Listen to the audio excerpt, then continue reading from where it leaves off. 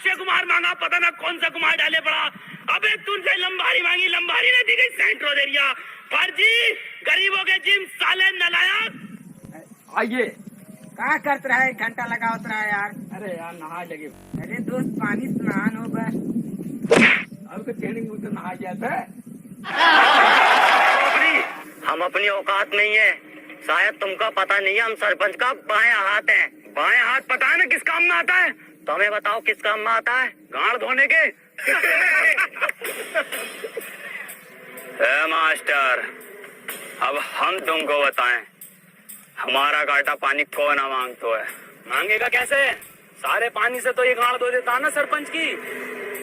अगर किसी ने हिलने की कोशिश की तो भून कर रख दूंगा। गब्बर छोड़ दिया हमें।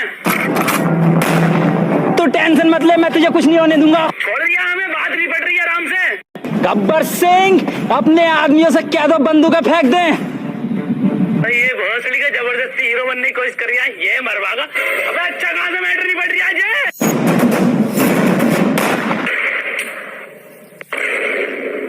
अबे क्या कर रही है तुझे?